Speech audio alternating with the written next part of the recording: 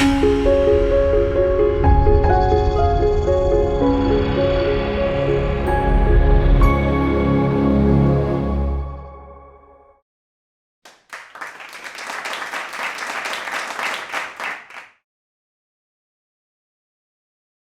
I would like to welcome the second guest, second speaker for today's webinar session. She has already been introduced by Professor Gita Dharmapala Ji.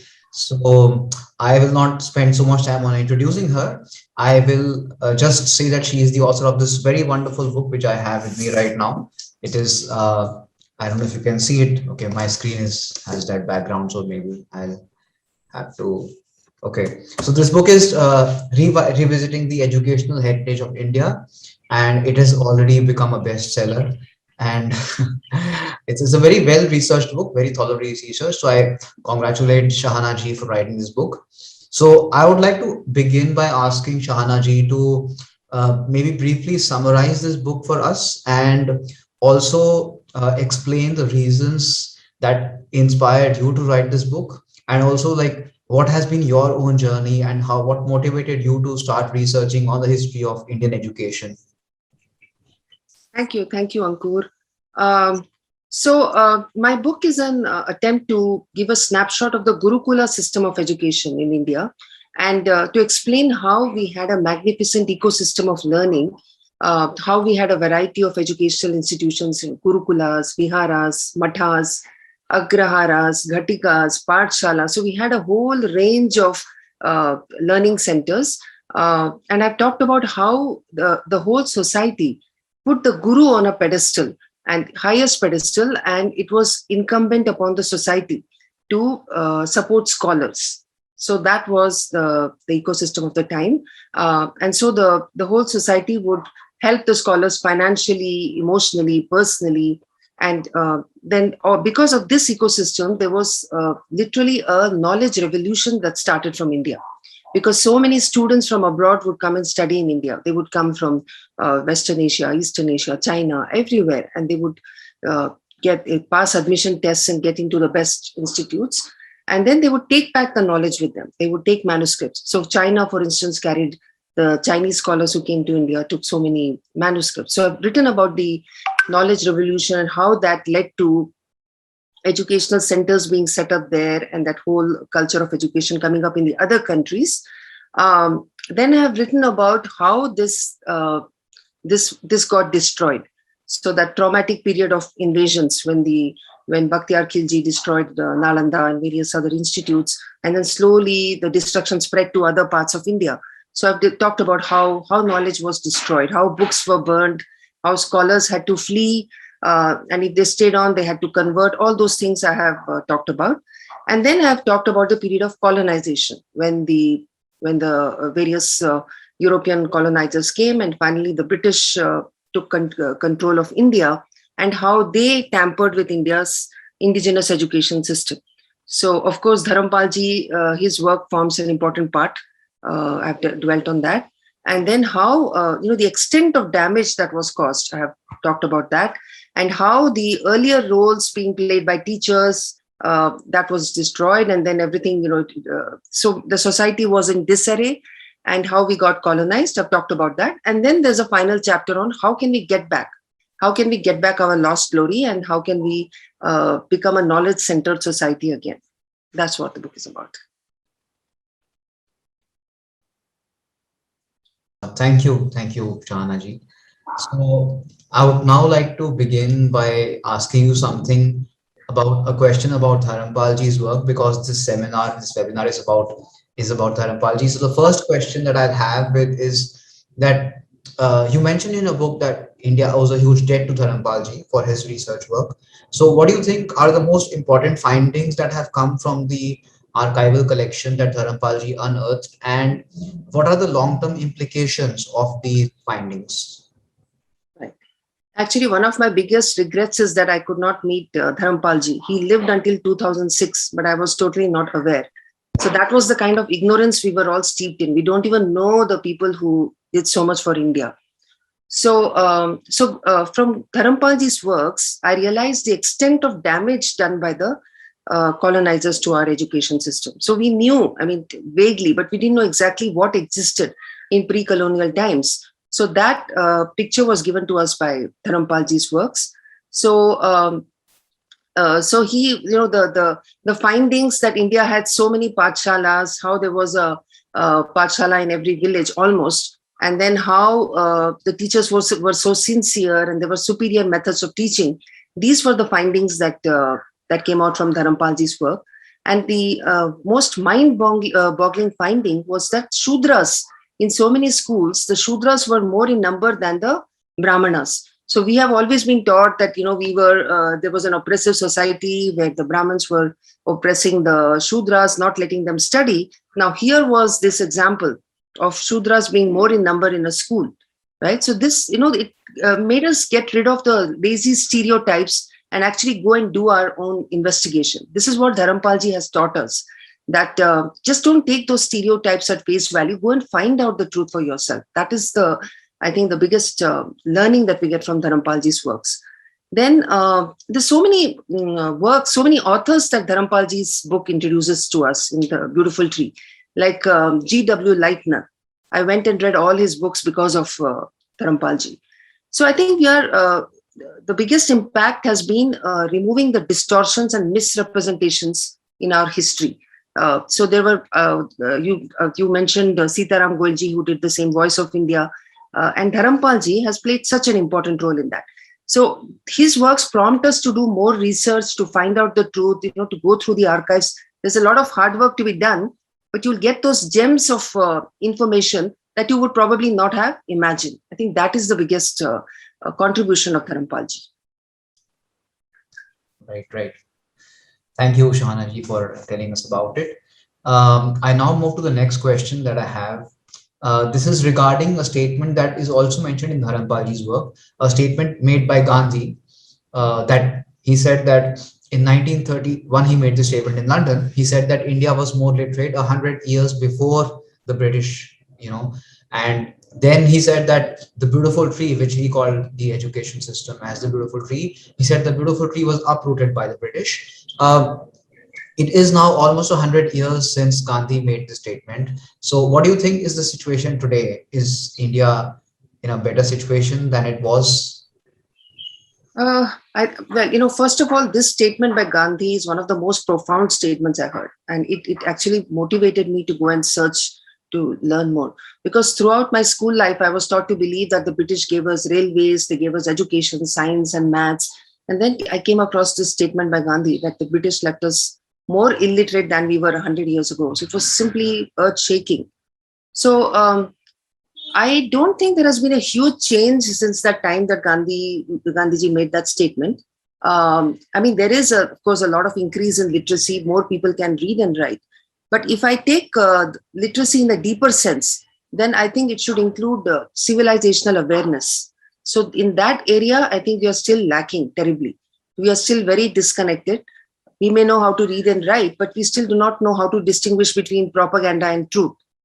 We might be educated, but we still do not have a good understanding of astronomy, logic, health, and all those other subjects that our ancestors understood so well.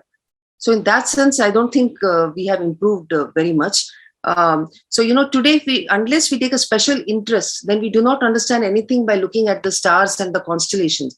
Just compare that with the older times when people could just look at the sky and look at the moon and tell what day it is, what date it is. That is the kind of understanding of nature and the world around them that they had. So, and then the other example I like to give is of, the Tarka Shastra, Nyaya Shastra. The debates that used to take place in those times were so much more deep and so intellectual. And today, when we have discussions, when we come out of our education system, we study in schools and colleges, look at the kind of discussions we have.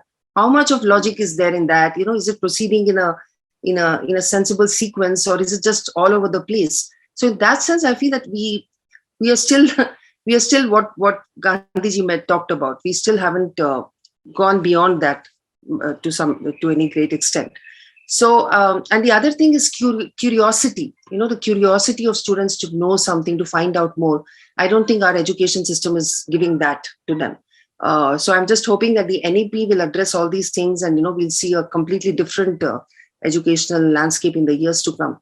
Listening to Danino ji, I got some hope. I mean, he's thinking of everything that we are talking about. So let's see. Yeah, thank you, Chani, for answering that. My next question is concerning your own book now. So, in the last chapter of your book, you talk about how what we can learn from our ancient systems, and you mentioned a lot of points. Could you please briefly recapitulate those points that are mentioned in the last chapter of your book? Yeah, sure. So in the last chapter, I mainly talked about how we can revive some of the elements of the ancient education system. And the first one was the holistic character building nature of the education, the indigenous education. So it included self-awareness, spirituality, correct breathing techniques, meditation, those things. So, and it also made the children feel curious, because when we see Zhuan Zhang's writing about India, he says that nobody is forcing the students to learn. They have they already have the seeds of curiosity in them, and they're all studying on their own. So that is something that I have talked about, that we need to bring it back in our education system, curiosity. So nature needs to become a very important part of our education system. That is again from the Vedic times, because in ancient times, we didn't have disciplines like environmental science, environmental engineering. It was just so natural that every academic discipline used to have nature at the center. So nobody would think of building, a structure which is going to lead to deaths of, animals and such things. They would think about those things.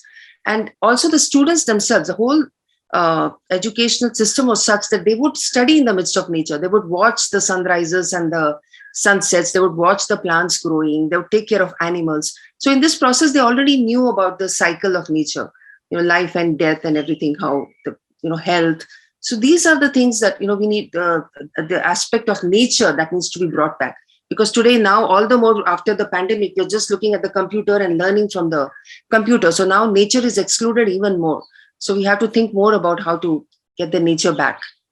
And the other thing I've talked about in my last chapter is about memory training. Memory training, which I think is sorely neglected, because we talk about rote learning in a very negative way.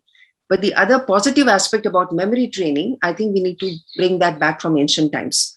There was no way you could have got admission into Nalanda or Vikramshila or any of those universities if you had a poor memory and you can't remember anything. You have to refer to Google. You have to refer to books in order to know what you have studied. That was not acceptable.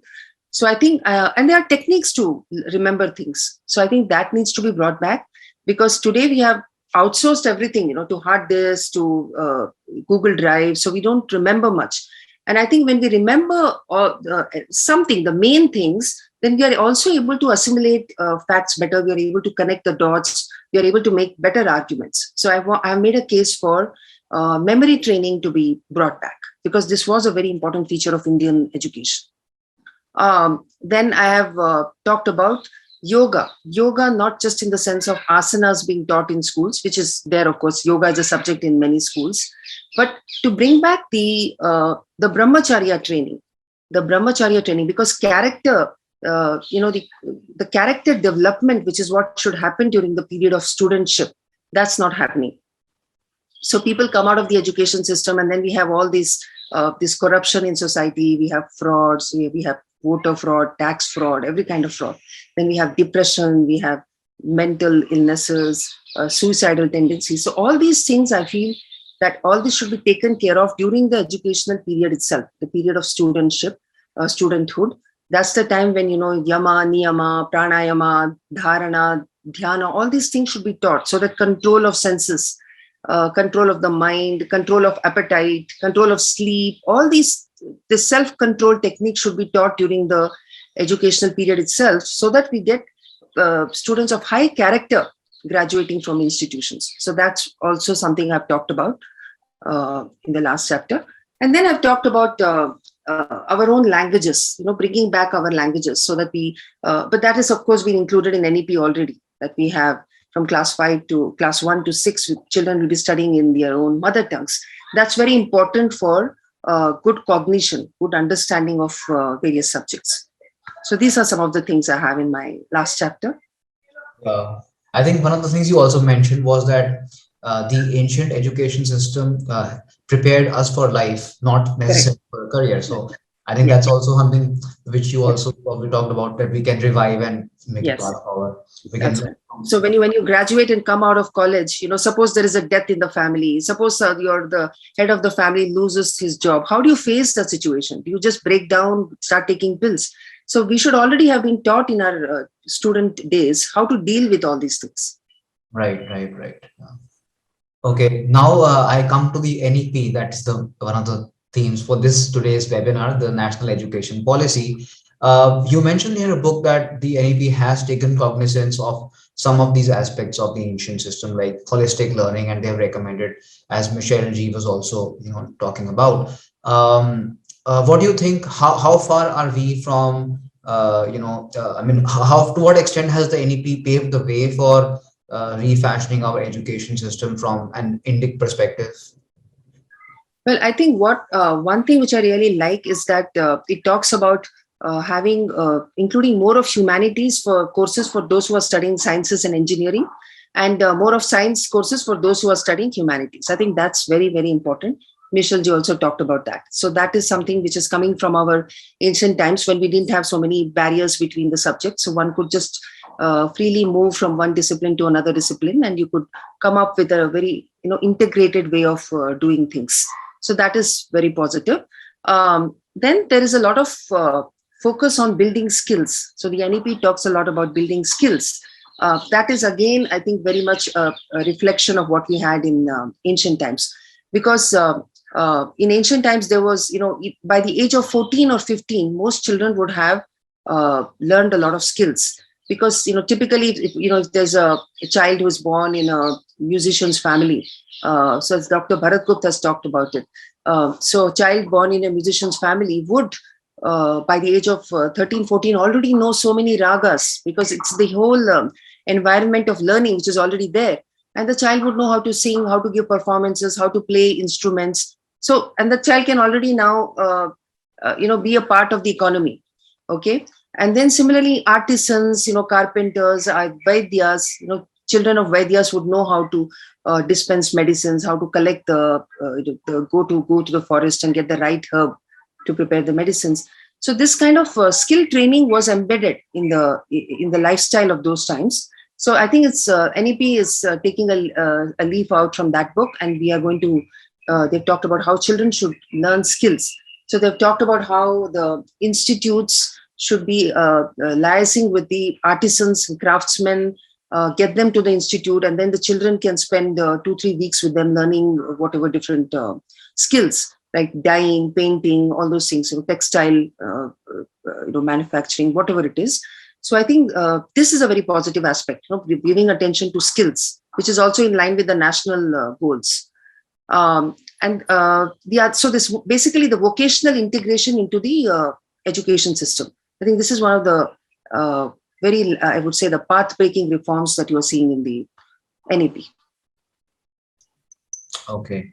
Yeah, I think there are definitely some points that they just mentioned. It gives a lot of hope to us that it's going to be some kind of change that we are going to see.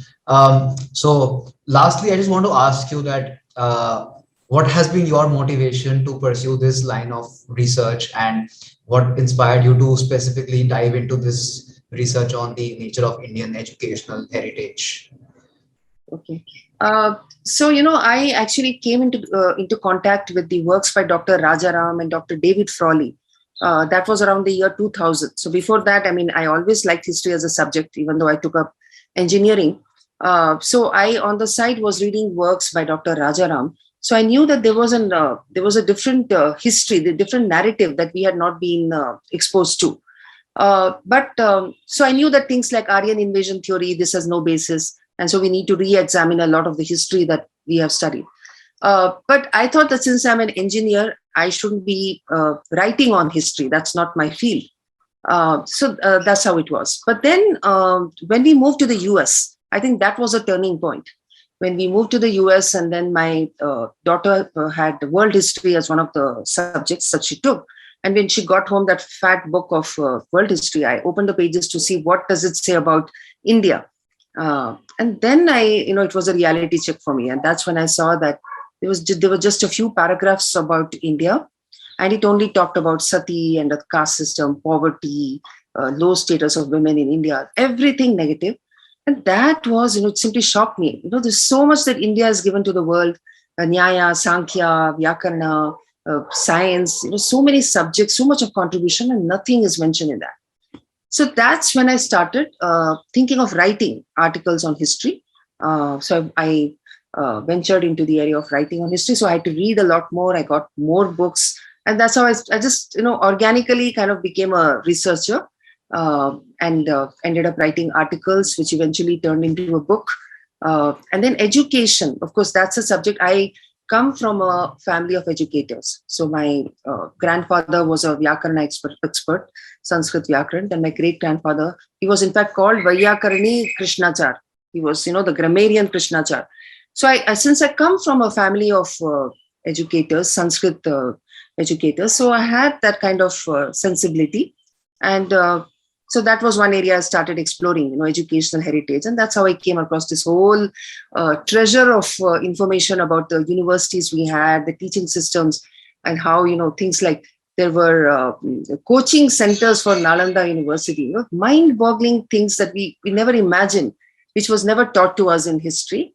And so that's how I ended up writing a book. Thank you, Sahana Ji, for sharing your journey with us. And it is also inspiring that all these things motivated you.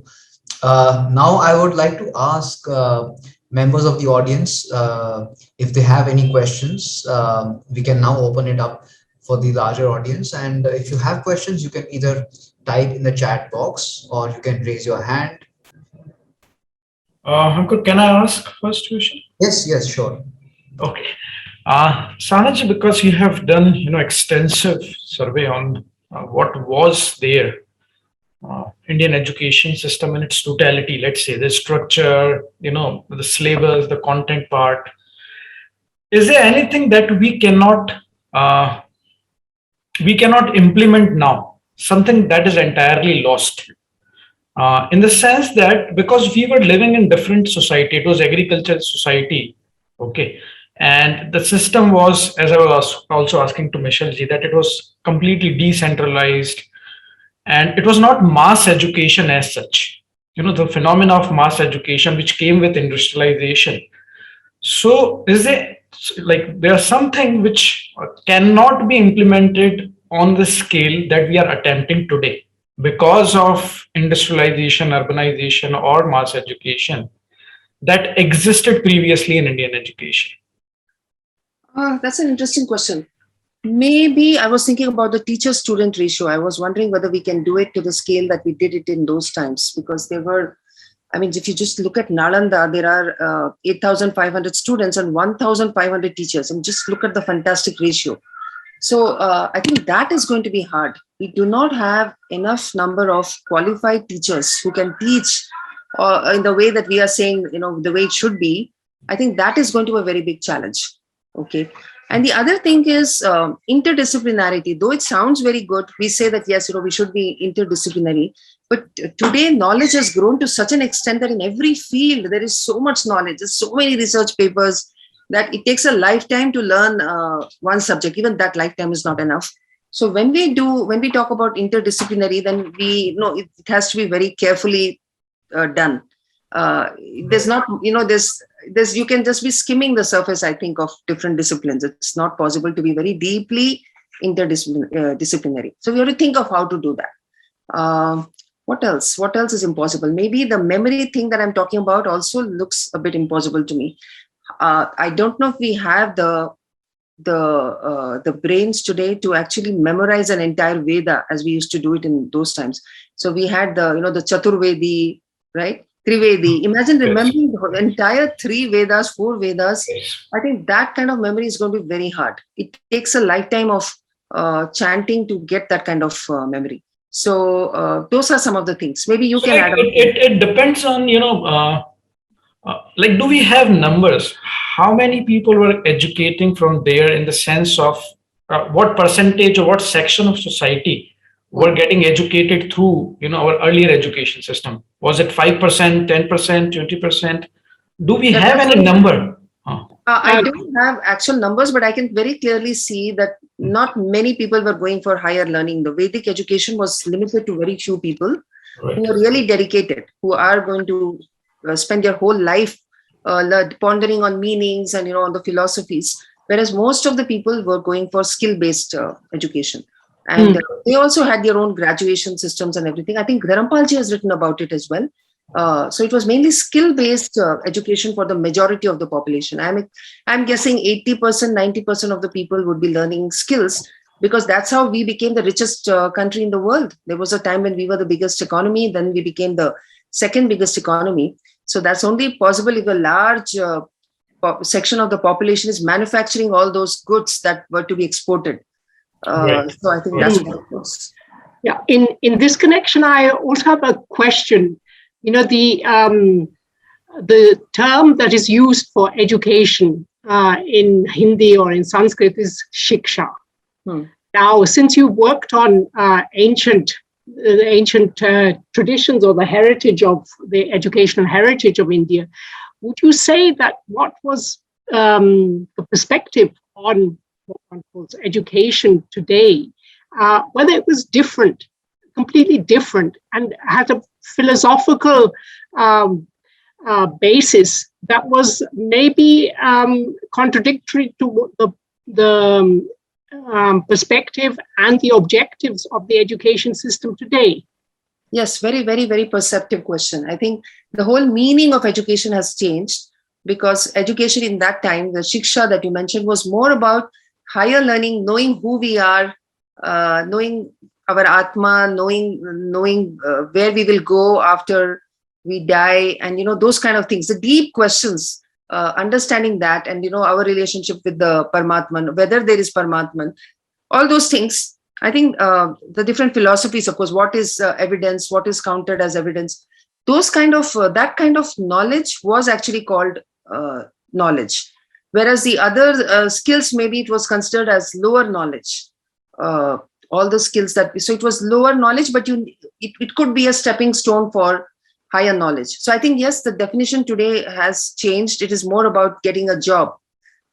So what we are pursuing as education today may be called as would have been called as lower education in ancient times. It wasn't the higher education, because higher education has to involve the mind and the atma. It could be called vocational training, I think. Yeah, today it's more of getting a job and whatever it is, management or whatever, getting those kind of skills needed for managing businesses and such things. I don't know whether that was even called shiksha in ancient times. Sahana Ji, can you also talk about education of women in ancient times? Like, what picture do you get of different times in India? Like, were they taught in Gurukulam, or were they taught at their home?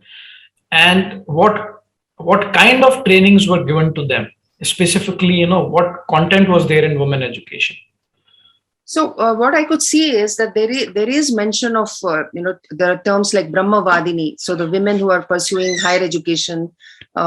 So obviously there were those women who were pursuing higher education, and they were going to gurus to learn from them. But maybe it wasn't like a large number of women going into this kind of higher education. I think most of them were, because, there was the jatis engaged in different trades. So the jatis included women as well. So if it's a family of Vaidyas, and it's not just the man, the male doctor who is going to be giving the medicine. There'll be women also who are part of that household, who are contributing to that business. So in that sense, those women are also getting educated in that field. But then we also, of course, hear about women teachers. There are whole terms of specialists, women specialists in different subjects. You find that in Sanskrit grammar, which shows that women were pursuing esoteric subjects. But I'm guessing that the majority of women would probably think of looking after the family as their main dharma. So that, of course, doesn't mean they would live in ignorance, because they would also be teaching the children, so they would know enough to be able to teach their children and motivate their children. So most of the women probably were getting trained in doing the household work, managing the families, managing money as well. So that's what it was. At the same time, there were those women who were pursuing higher education. And then we have those 64 kalas. There's a mention of women who are going and learning those 64 kalas. You have, especially in the Mauryan times, you hear about women who were learning those 64 kalas. So we have to, make a guess about what it was like. We won't get a totally clear picture right now. But because we have Saraswati herself as the goddess of learning, so it's very clear that nobody ever thought that women shouldn't be educated or women are stupid. That was certainly not the thinking in ancient India.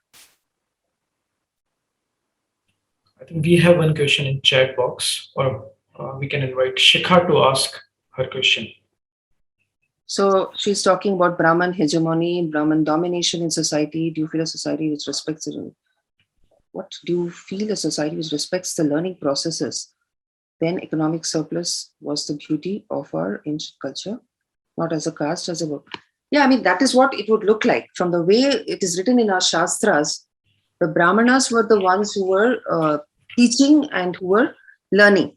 So the ones who pursued higher learning and who also taught. That is the way it was. A Brahmana, so it was not just in the sense that it became later on, where, they are in positions of power and they are oppressing the people. So that's not the way it was meant to be. In fact, Brahmins were supposed to be poor. They were not supposed to be amassing wealth. A Brahman who was very wealthy was looked down upon. And a Brahman who was living on Bhiksha was respected. So that's the way it was. So yeah, I mean, and the thing is, it was a very complementary kind of ecosystem. So they know the role of the other Varna or the other Jati. And so they knew that the bigger picture. So it wasn't like, for example, I'll just give you a recent example. So even though we had all these jatis and you could call them castes, there was a respect for the deities of the other jatis as well. So for example, my grandmother, when any child fell sick in the family, then she would talk to the person who came to do the housework. She was from a different jati. And she would give her money and everything and tell her to go and pray in her temple for the well-being of this child. So it was like a respect for each other's deities as well. So that's the kind of culture it was. And later on, of course, when we had all these invasions and the colonization, I think the society got fractured, it got disrupted. And that's when all these things happened. The things that we see today, it wasn't the normal, the kind of oppression that we hear about in recent times. I would like to ask one more question. What was government role in supervising, controlling, managing education system of that time? Because now we are living in a world where government has a lot of interference or involvement or controlling, this mass education system. And through welfare state policies, they would like to, have micromanagement and control over things. So can we gain insight from ancient education system of how much or what capacity government should get involved or not involved in deciding education policy of society? I think a lot of freedom was given to centers of learning, right? So the kings used to actually give a lot of land to the well-known gurus, the ones who were known for teaching well and attracting a lot of students. They would be given land, and then they would so that land would be used for growing crops to feed the children, because in those days education system was such that students had to be fed and clothed as well. So I didn't see too many directives being given to the teachers or the gurus about what to teach and how to teach. But in general, the subjects were known, the books were known, and it doesn't seem to be very standardized that all over the world exactly the same things are being. I mean, of course, the books are known all over, the texts are known. But I'm not sure if there was a standardized way of teaching which was being monitored by the government in a very micro manner. I don't think that was there. But we hear about the kings organizing intellectual tournaments that they are calling so the best scholars of the land are coming to debate and all the people are invited to see it. So that shows that there was so the kings are interested in the education system. But to what extent they are, they're interfering and all that, that's not very clear. Raja Bhoja, we hear that, he himself was a writer and a scholar. So maybe he he was looking more into what is being taught. But that doesn't mean every king was doing the same thing. That's what. So one thing that yes, please go ahead. Yeah, Akbar. If I I mentioned this in my book. Akbar earlier, when the Muslim Islamic rules started, that's when, of course, the madrasas and all these were open, and initially they were excluding the Hindus. But then later, Akbar opened up the madrasas for the Hindus also, and he said that we should also have the Hindu sciences and Hindu subjects to be taught, which means astronomy, mathematics. So he said those also should be taught in the madrasas. So yeah, it's really interesting to know, because those who were ruling at that time, they were excluding one section of population, completely from state governed education, that is madrasa. Yes, that happened prior to Akbar. Akbar opened it up. Then again, after when Aurangzeb came, then things got reversed. Things went downhill. Yeah. So we could see that less interference of government was the norm in ancient Indian education, like more empowering communities. And I definitely think the gurus had the power to interpret and to teach in the way they wanted, use different teaching methods. I don't think they all use the same kind of teaching methods. So that's why we have so many stories of different ways in which the guru is teaching the student. So there's an instance of 6 students. They went to a guru and they started asking a lot of questions. And then the teacher said, stay for 1 year in my Gurukula and then ask the same questions after 1 year. And so he actually wants them to stay for 1 year, experience the life there, and then the answers they'll think of it and the answers will come to them. So that's the way it was. So you can see that every guru is using a different way of teaching. So it was very, very innovative, and it was very, very interesting. They also had a lot of fun. I realized that it wasn't all dry subjects that were being taught in a boring way. They were having fun as well in the Gurukulas. Thank you, Sahana. One more question, I think, in chat box. Yeah, there's one question from Shikha. She's asking, what is your opinion on Devadasis?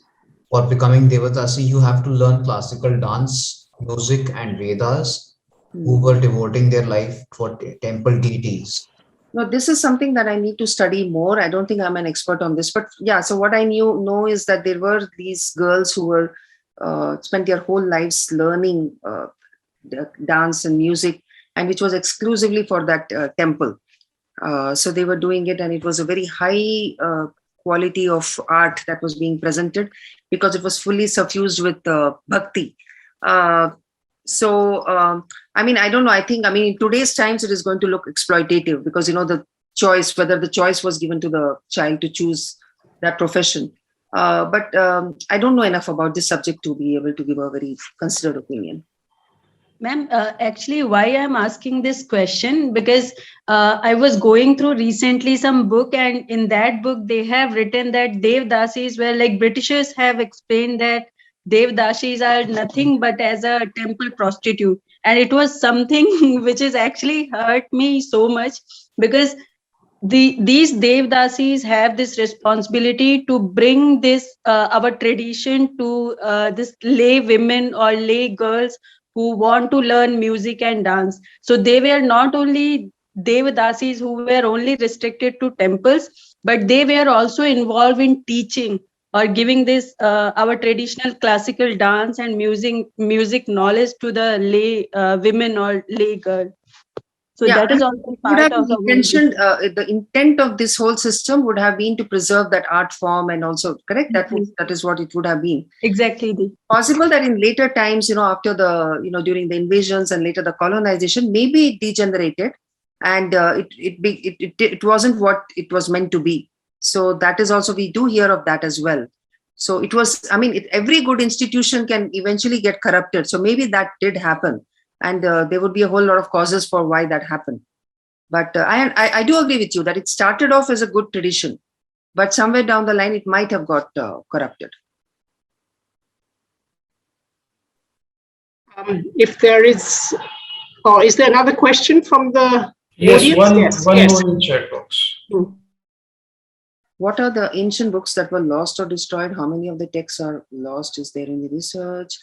See, this is like only when we see the mention of certain texts, then we realize that those texts don't exist anymore.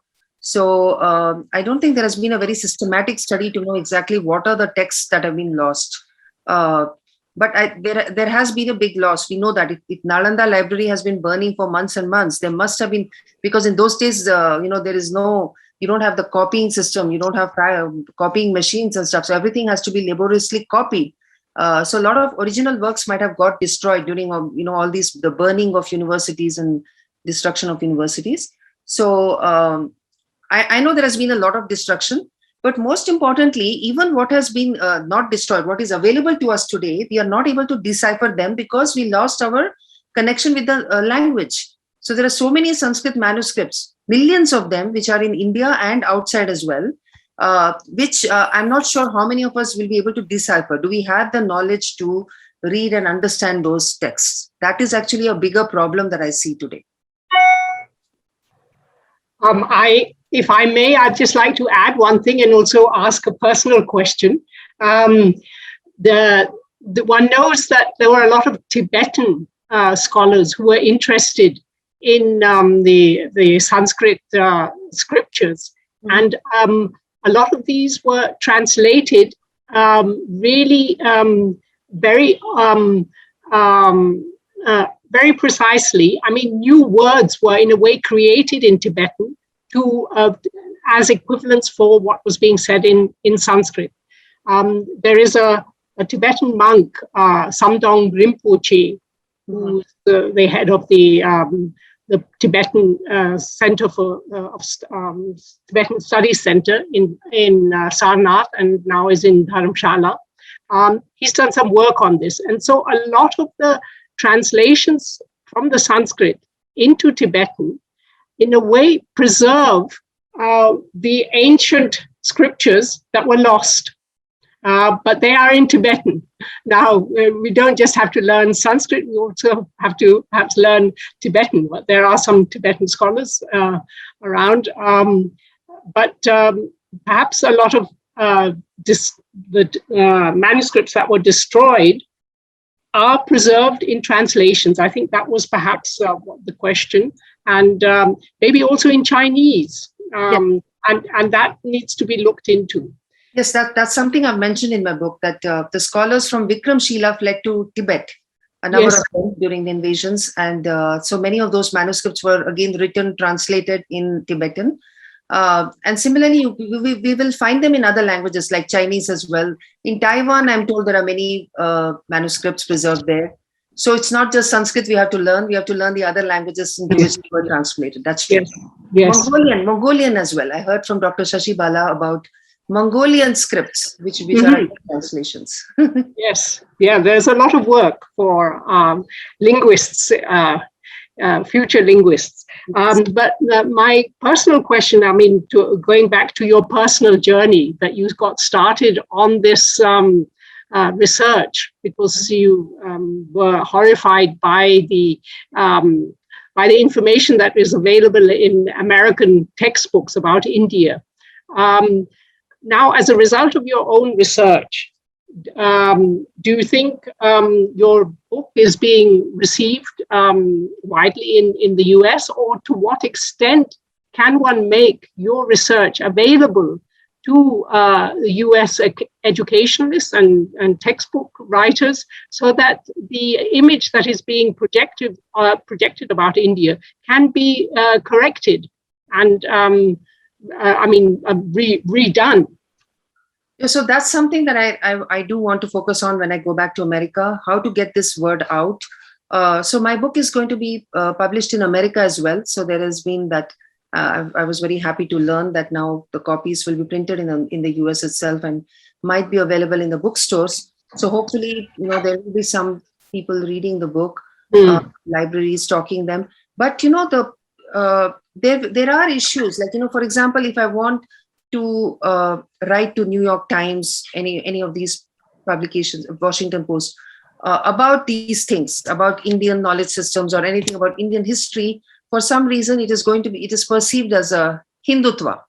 That problem is there. When I send them articles about my personal life, they published it very happily. But when I send them articles about India, the Indian civilizational articles, they didn't want to publish it. So I'm not sure whether it is because of the branding that happens. That is happening quite a bit in academia. I'm hearing from Indian students like for example, the Rutgers University, the way there is the whitewashing of history that's going on. And when Indian students speak up, that is not really liked. So I think it's going to be not very easy to do this in America. And it's part of the problem comes from India itself, because many of the historians here also have contributed to the problem, of this kind of self-loathing approach to our history and our culture. But I'm going to look for ways in which we, the fresh narratives of India can be told, and the textbooks can be revised in America. We have, of course, given them input. Some cases we have been successful. When I worked, I was talking to other groups in America, where like the California textbooks case, even in Texas, certain changes were made because the Indian community wrote to the textbook publishers about the errors. But I think we need to do it in a more systematic way, and we need to have enough references to give to them. So there's that problem as well, that the references that we give should stand scrutiny. Yeah, maybe you should work together with Rajiv Malhotra, whom you must know, the work he's doing from the Infinity Foundation. But of course, one doesn't want to be branded. I think that's a problem. So you have to work very subtly, very carefully, collaboratively, and see what we can do. Yes. Well, good luck. Thank you. Okay, I think we have one last question from Shankar Santamurthy.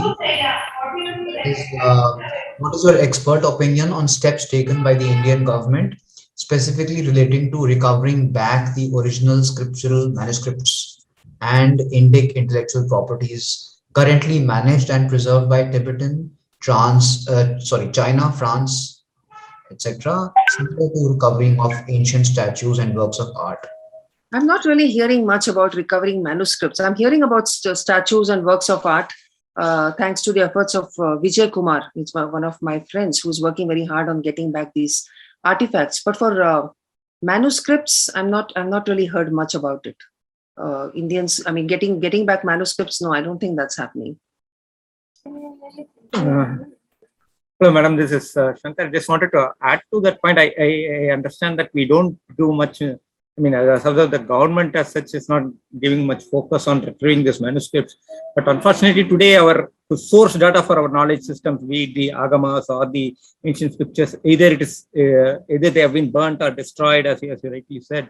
The other is that they have been taken away by either our colonial rulers or by the other through the Buddhist channel, other things. So most of the agamas, if you take, they are either held by the French Institute in Pondicherry, or it is in the Tibetan universities managed by the Buddhist schools or universities, etc. So I think the source, our intellectual properties, these are right. I think as a government initiative, just as we try to recover back our rich heritage arts and sculptures like the Nataraja statue or other things. It's not just recovering. Even today we are losing. So there are these old manuscripts in the houses of people.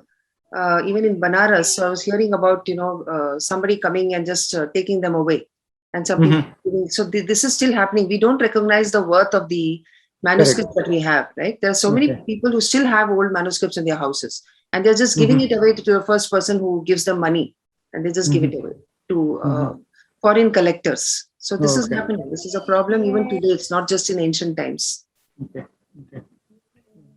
I think government has to make a conscious effort to recover it back, because it is our property, our intellectual property. That understanding has to come. So recover, and then also we should have the languages. We should know the language to read it. Correct.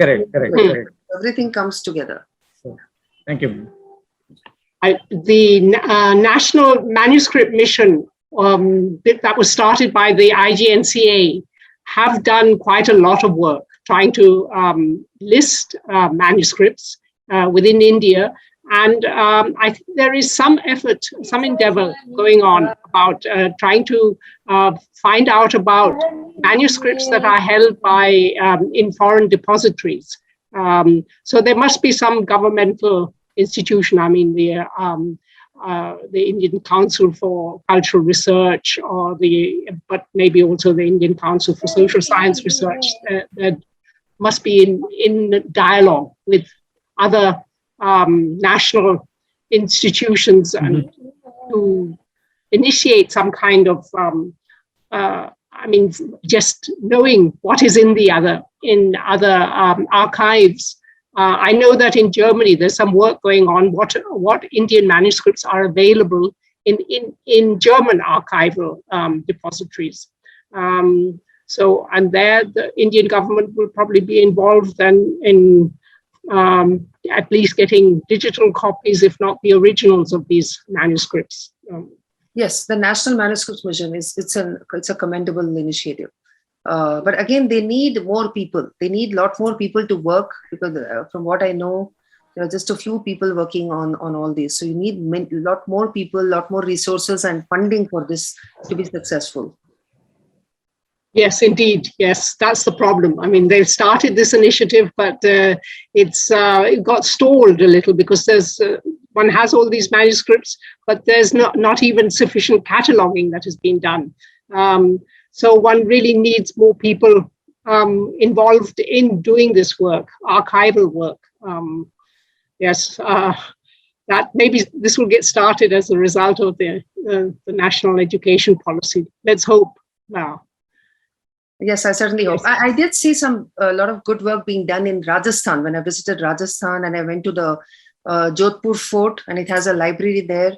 And there I saw that they were using very modern methods. You know, they had the manuscripts preserved very carefully, and then they were digitizing it, and there were lots of students and researchers there. So I think there are pockets of good work being done in India also. It's also about, we probably don't know also all the good work being done.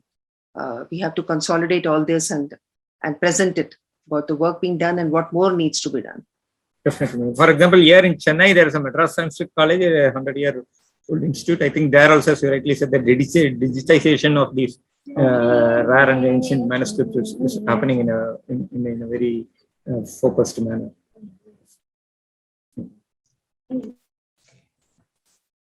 Thank you, everyone, for asking your questions. Ramji, do you have any question? No. Okay. Thank you, Sahana Ji. Thank you very much for giving your answers. Thank you, Sahana Ji, so much for being patient and answering all our questions. I now request Professor Gita Dharmapala to conclude this session and make her concluding remarks. Well, thank you very much, Ankur, Ram, and especially to Sahana Ji for giving us such an enriching idea of, firstly, the book, the research, and answering all the specific questions that were placed.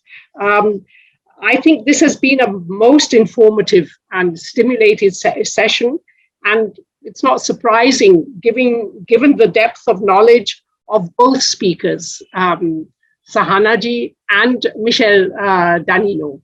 And I think both of your presentations really complemented each other ideally.